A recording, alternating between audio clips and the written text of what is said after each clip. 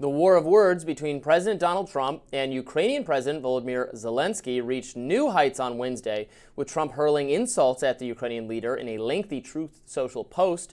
Trump criticized Zelenskyy, writing in part, "Think of it, a modestly successful comedian, Volodymyr Zelenskyy, talked the United States of America into spending $350 billion to go into a war that couldn't be won, that never had to start, but a war that he, without the U.S. and Trump, will never be able to settle." Let's remember that Russian leader Vladimir Putin invaded Ukraine in February 2022. The Truth Social post continued, blasting Biden for not demanding that European countries pay an equal share in aid to Ukraine. Dictator without elections, Zelenskyy better move fast or he's not going to have a country left. In the meantime, we are successfully negotiating an end to the war with Russia, something I'll admit only Trump and the Trump administration can do. Trump concluded, "I love Ukraine, but Zelenskyy has done a terrible job. His country is shattered. Millions have unnecessarily died, and so it continues." Now, Ukraine did postpone an election last year over the war, which is something that their constitution permits. Zelenskyy has also come under fire for banning churches and religious groups in 2024 that were accused of being tied to Russia. The main target was the Ukrainian Orthodox Church, which has historically been linked with Russia. Before Trump's Truth Social post, Zelenskyy had said he respected Trump and the US, but that Trump was living in a Russian disinformation space. Trump had implied that Ukraine started the war. Trump's former vice president, Mike Pence, wrote on X, "Mr. President, Ukraine did not start this war. Russia launched an unprovoked and brutal invasion, claiming hundreds of thousands of lives. The road to peace must be built on the truth." Trump's former UN ambassador, Nikki Haley, also weighed in, writing, "These are classic Russian talking points, exactly what Putin wants." And from the left, Senator Bernie Sanders also chimed in, writing, "We are witnessing a very sad moment in American history. The President of the United States is aligning himself with the dictator of Russia, Vladimir Putin, to undermine the independence of Ukraine and its democracy."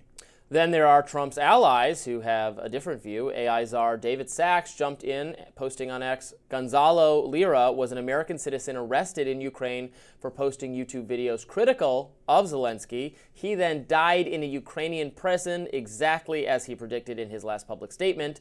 Dictator is as dictator does." Of course, Elon wrote on X, "Zelenskyy cannot claim to represent the will of the people of Ukraine unless he restores freedom of the press and stops canceling elections." So I have a lot of thoughts on this. Look, so do I. We'll have much to talk about here. I don't agree with Trump, trying to put the blame for the war's start on Zelenskyy. Obviously, that doesn't make sense. They got invaded by Russia. I also think shifting the blame to Zelenskyy himself actually gets away with the U.S.'s own blame for encouraging them to, arming, funding, and encouraging them to fight to the last man. That was the President Biden standpoint. All that said, I absolutely agree with Trump and his strategy that we need to negotiate with Putin. I think it's crazy Biden did not speak with Putin for 3 years. We need to bring this war to an end. We are not willing to continue paying for it. There is no military strategy for Ukraine to defeat Russia. Military advisors to Zelenskyy and to our government don't think that's possible. So the reality is, as uncomfortable as we might be about it, there have to be peace talks, and I think peace talks with Russia are entirely appropriate and should have taken place already. And Zelenskyy is going to have to live with that. So I think the starting point has to be some of the false claims that Trump made either in that Truth Social post or elsewhere in recent days. He describes Zelenskyy as a dictator without elections. Zelenskyy was elected in 2019. In the runoff election that year, he got 75% of the vote. We noted in our introduction that in time of war or martial law, it is permissible under Ukraine's constitution to suspend elections, as Britain did during the Second World War, for example. In a minute, but go ahead. Okay. Trump said that the US has spent $350 billion. It has spent about half that, or that sum, nowhere near $350 billion. He said that Zelenskyy, quote, admits that half of the money we sent has gone missing, or maybe missing. He has not admitted that. He made a separate comment in an AP interview, which was about the fact that, as other outside bodies have acknowledged, the total amount a portion for Ukraine has not yet been delivered. About 86 billion of 130 billion has actually come through. And as you say, he said that Ukraine started the war. The war was started by Russia invading a neighbouring sovereign country. So all those things are wrong. So I think that is obviously something that the President of the United States needs to be called out on, self-evidently. Then there's a separate issue or a separate debate, which is the one that I think concerns you more, which is what are we going to do about it right now?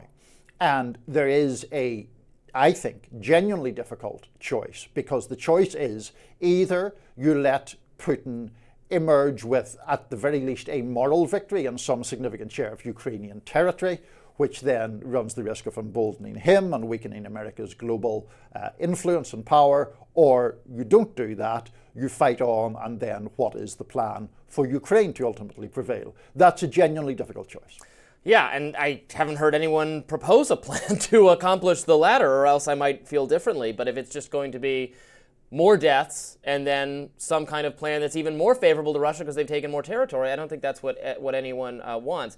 On the point about Zelenskyy being a dictator, yes, he was elected in the first place, and yes, under their system, you don't have to under systems of various European countries, right? The UK is like this too. They could suspend an election if they did. In 1945 was the first British general But that's election weird to years. us Americans, because we hold elections round the clock every 4 years, regardless of what's going on. Yeah, but you haven't been invaded in modern history. I mean, We had it in the midst of the Civil War. We had it in the midst of World War II. The analog would be something like, because I mean, obviously Russia occupies roughly 20% of Ukrainian territory. Yeah. The analog would be something like if a foreign army was occupying the Deep South. Would the United States have a presidential election? And if the people in the Deep South were not able to vote, would the outcome of that election be legitimate? But and liberals understand this with Netanyahu, right? That his incentive to continue the war, to stay in political power, is perverse.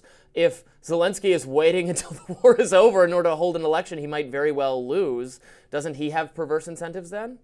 Well, surely the point is that a foreign power is occupying a fifth of his country. Like, I don't think you can really say, well, he's keeping the war going for selfish reasons, while a foreign army is occupying a fifth of his country. Like, what's he supposed to do? Just say, oh, well, that's fine. Let's just not worry about that. I think he should act to protect the lives of his people, and continuing to fight Russia is not going to accomplish that. I also don't take lightly the suspension of rival political parties and media. What's the alternative from Zelenskyy's view? I understand you don't want the US to spend the money to do it, but what is the alternative from Zelenskyy's view? He should just accept that Russia has a fifth of the country, and thanks, that's okay? That's what they're going to have to accept regardless.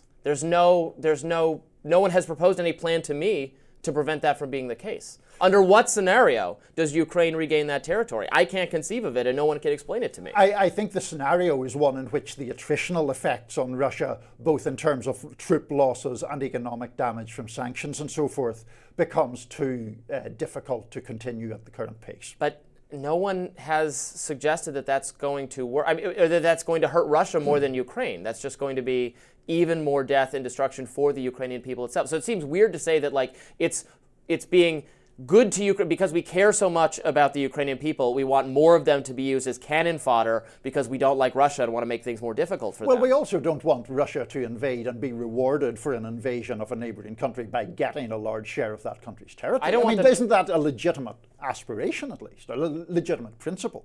Of course it's a legitimate principle, but there's no feasible or realistic plan because we're not willing to go to war with Russia itself directly in order to defend a country that is not technically part of NATO. So some arrangement where they keep probably the territory they took, and there's a promise that we would defend the rest or Europe will defend the rest of Ukraine so they can't invade them. Also his point that if this is so important, Europe could contribute more to the defense of Ukraine seems perfectly valid to me. You quibbled over the specific numbers that Trump gave, and I quibbled because he doubled the number. Okay, the Pentagon fails 7 audits in a row. They have no idea how much money they spend on various projects. Tons have been lost in Middle Eastern conflicts. You can't just say, oh, the Pentagon failed several audits, so I, as the President of the United States, will just talk nonsense anytime I get to name figures about something. Okay, the figure was different than what he said. I don't know that it's talking nonsense to worry about the amount of money we're spending in Ukraine. and how you it gets don't think it is spent. important for the President of the United States raising concerns about expenditure to lie about what that expenditure is? He should use the correct numbers. I agree. Okay. Coming up next on Rising, the measles outbreak in Texas has ramped up, and many are asking questions about RFK Jr.'s nomination to HHS because of that. We will discuss and debate.